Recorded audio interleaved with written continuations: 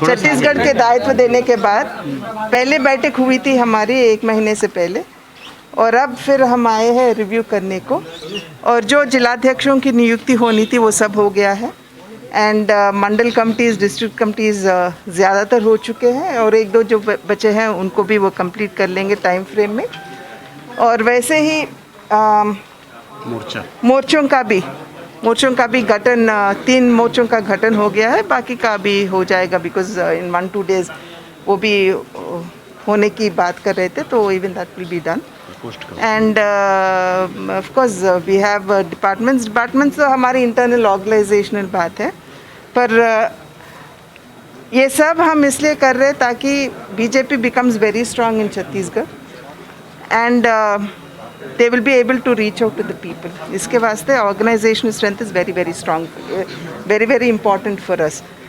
And हमारे राष्ट्रीय अध्यक्ष यही कहते आ रहे हैं कि अगर पार्टी रूट से, जड़ से अगर स्ट्रांग है तो देयर मे बी वेव जो लोग बोलते हैं ना, उसका कोई मायना नहीं होता, because once you very strong the wave में be for you against you, फिर भी पार्टी वैसे ही स्ट्रांग रहेगा। आगामी 3 साल के लिए this that is why we are आगामी 3 सालों का नहीं, बट वी मेक इट, जब भी I mean politics is very dynamic, तो हमें पता नहीं होगा कि they may be issues that come up suddenly, जैसे अभी किसानों को जो धान खरीदी की हो रही है,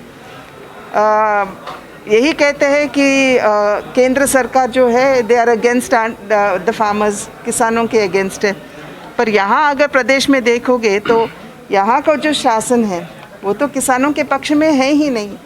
जैसे धान खरीदी है, उनको पिछले बार कोटा दिया गया था 28 लाख मेट्रिक टन्स का, पर उसे वो पूर्ति नहीं कर पाए, एंड जो सेंटर ने उनको 9,000 करोड़ रुपये का राशि दिए गए, उनका भी वो ठीक तरह से खर्चा नहीं कर पा रहे।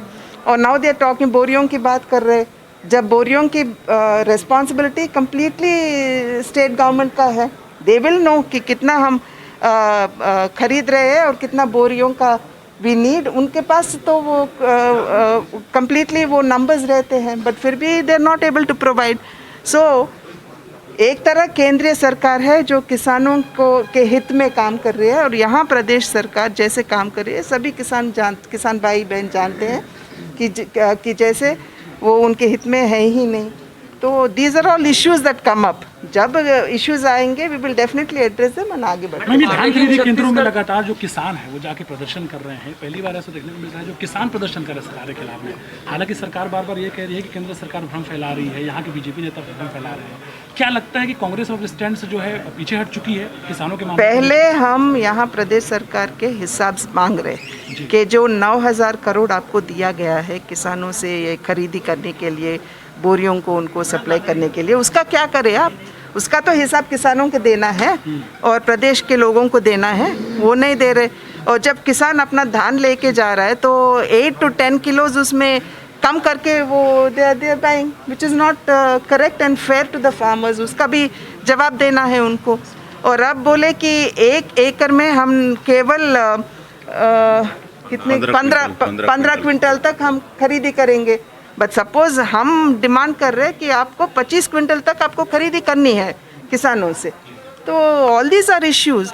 आपने जैसे बोले इससे पहले किसान कभी भी आंदोलन नहीं करे, पर अब कर रहे, क्यों कर रहे, इसको समझना है ना। तो we are totally in favour of the farmers, and यहाँ का जो प्रदेश शासन है, they know that they are against the farmers.